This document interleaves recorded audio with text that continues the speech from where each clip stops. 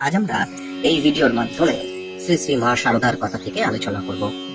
অপূর্ব আলোচনা করছেন মা।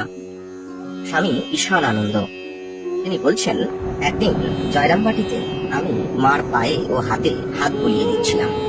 কয়েকটি ভক্তের চিঠির কি কি উত্তর লিখব জিজ্ঞাসা করায় মা সংক্ষেপে দু একটি কথা বলে দিলেন, কিন্তু তাদের প্রশ্ন অনেক ছিল।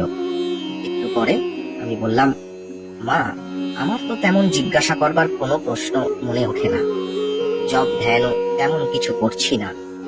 সর্বদা আনন্দে একটা নেশার মতন দিন কেটে যাচ্ছে। ভবিষ্যতে কি হবে না হবে কিছুই বুঝতে পারছি না। তবে ওই বিষয়ে কোনো চিন্তাও নেই। মা একটু একটু হাসলেন, তারপর বলছেন, কি দরকার তোমার? আমি বললাম, তা তো কিছুই জানি না। মা তখন বললেন, আর ও সকল দিকে চিন্তা করতে হবে না, যা করছো করে যাও। ও সকল দিকে মন দিলে আমার এই কাজগুলি হবে না। ভাবনা কি, পরে পরে সব হবে, সব বুঝতে পারবে। তারপর আবার বলছেন, দেখো, বিচার করা, মনের নানা প্রশ্ন জিজ্ঞাসা করা, জপ ধ্যান কর্ম করা, সব হলো মনের চিত্তের শুদ্ধতা আনার জন্য কিনা।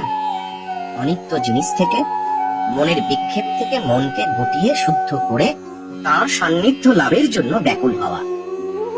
তারপর তার কৃপা যে কিসে হবে তিনিই জানেন। তবে কি জানো, সবচেয়ে তিনি কিসে সন্তুষ্ট হন? ওই যা করছো এতেই একমাত্র তিনি সন্তুষ্ট হন, অর্থাৎ সেবাতে। সেবাতে মনের পশু পাখি থেকে স্বয়ং ভগবান। সব বশ। কাজী মন খারাপ না করে যা করছো করে যাও। আপনার জনদের যাওয়ার বলার কি আছে? দেখুন, এই ছোট্ট কয়েকটি কথা বলছেন মা শারদা।